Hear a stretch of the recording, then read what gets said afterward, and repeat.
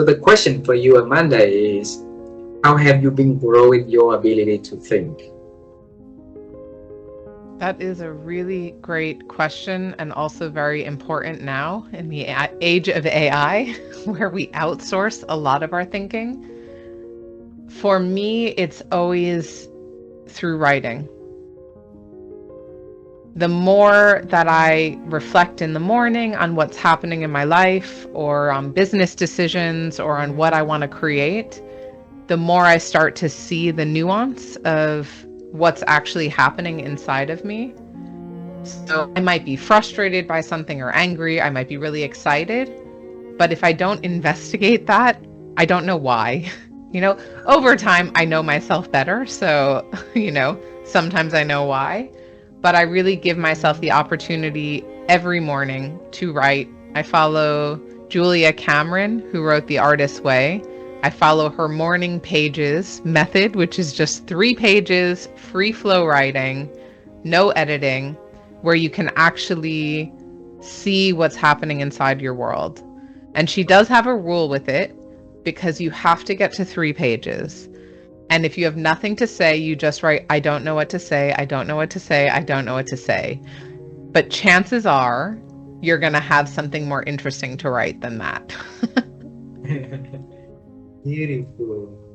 So, what did you write today? Today. I wrote a lot of things to look over at my journal. This morning, what was I reflecting on today? This morning's reflection had a lot to do with what I'm growing into myself as a professional, and the ways that I see the work that I do changing. So it was a lot about who I'm becoming, and a lot of the dreams that I have for that life that I'm creating for myself. So really giving myself the time to look at how far I've come. I just launched episode 50 of my podcast, so it's this morning. Yeah. So it really is that moment for me of, okay, what have I built and what am I looking to continue growing? And then there's a nuance of that that's really about who I'm becoming, but also, what does that require of me? So it's not just, oh, I want to, grow my business and I want to do this. No, like the woman who has that business that I desire, who is she? How does she dress? How does she act? How does she spend her time? And that has been a lot of the reflection for today and the last couple of days. Really looking at those milestones and seeing, okay, what's coming next? Coming next. And wisdom comes from listening to other people, listening to what they really say, and being in tune with who they are. And wisdom comes from your life experiences. But you don't have to experience everything you don't have to have somebody have somebody tell you don't touch the stove if you can see the stove is hot, But wisdom comes from learning to listen to people when they say, Howard, the stove might be hot, be careful. And so wisdom is living a life full of curiosity, willing to learn, willing to grow, and understanding that you don't have all the answers. Now, so Howard, how have you been growing your ability to think over the years? Am I growing my ability to think over the years? Yes. Well, I'm an incessant reader, right? So I read about things I'm interested in. I still read a lot about leadership, although less of that than I used to.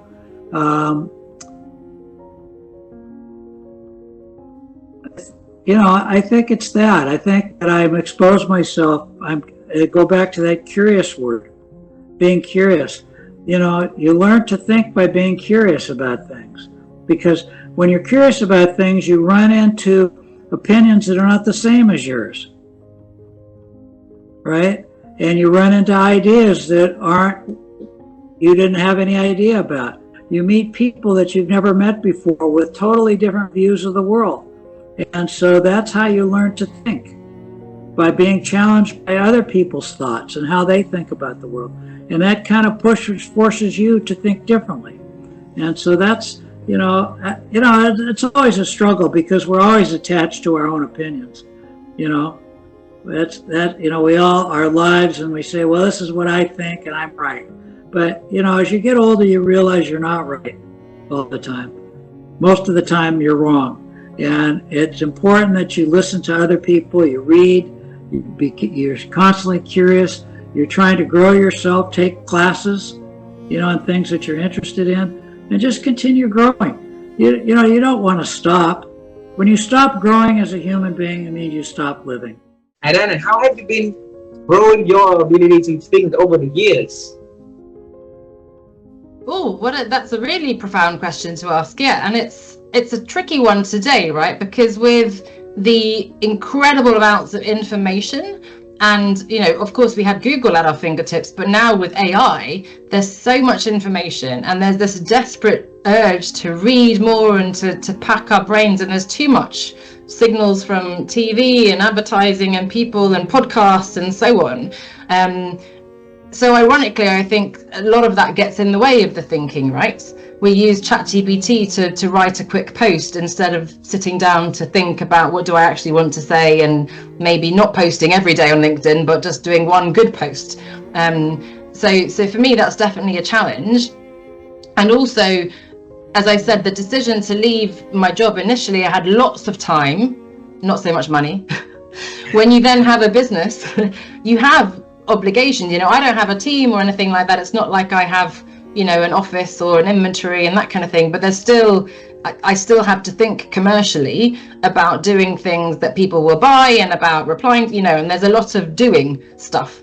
So ironically, what I do a lot with my clients is looking at our week and going, okay, can we carve out time, whether you call it CEO time or strategy time? In fact, yesterday, one podcast I was supposed to do was cancelled, and I just had the whole day, and I decided I'm just going to do some thinking, which feels like a waste of time. But of course, it's the most important time, because it's really clarifying whether it's your messaging or what you want to do or what the next move is. And so I'm by no means good at this, but it's something I try to do, is reminding myself to create that time, and I guess turning off the noise a little bit as well. There's a phase for being open and listening and learning, but then there has to be a time when you close off and you incubate and you kind of create versus consuming. I think is a really important distinction, right? So to think and to have your own original thought, you do need to at some point sort of put to one side what other people are saying, turn off that noise and just sit with yourself. And the best time I find is when I'm on a train or a plane, when there's no Wi-Fi, and I can just sit with a pen and paper or an iPad, whatever it is, right? That's my favorite time, and I have the biggest, incredible, life-changing insights. Or in the shower or going for a run. That's when it comes. It doesn't come when you're sitting, at your computer writing emails, right? So it's finding ways to carve out that time, and it's probably away from your work rather than within it. Beauty.